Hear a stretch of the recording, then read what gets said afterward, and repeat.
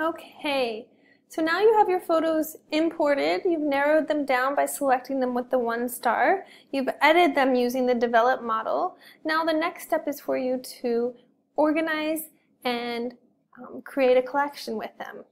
Now it's very important to follow this process because in the long run, having an organized photo gallery will help you become much more productive.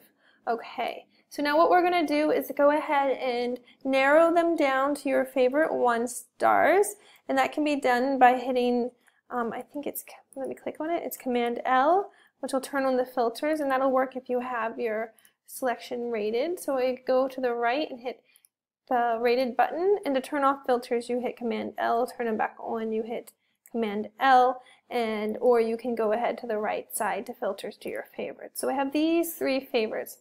Now what I'm going to do is go ahead and put it in my collection catalog. Collections are how you are used to organizing your photos. So how we're doing it is we're importing our photos chronologically, and what you've probably done is import them by event name or event type, or however your project based. That's where you can do that in collections. So I still in my collections follow the year, month, but instead of the year, month, day is where I put the collection name. So I'm going to go ahead and into the collection side, you can create a collection set, which is the folder that your collections are saved in, or a collection. So we're going to go ahead, click in the year 2017-12, because this is from today's shoot. Click on it, and I'm going to hit create collection, and we will name it what the photos are. And I'm going to make sure I include selected photos, because I hit Command A and made sure all my photos were selected, and I hit create. Now here's where all of my photos are saved from the choir concert. What's important here is that you don't forget the next step. The next step is to do your keywords. Keywords are very important, especially in the long run in photography. So I just name it. It doesn't have to be anything fancy. Just think, if you were to look for these photos, what would you look for? I'm going to say choir. I'm going to say they're high school.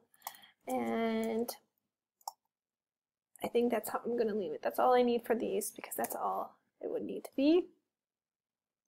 And then that's how you organize your photos. It's very important you create a collection, you drag the photos over into your collection, and you keyword it.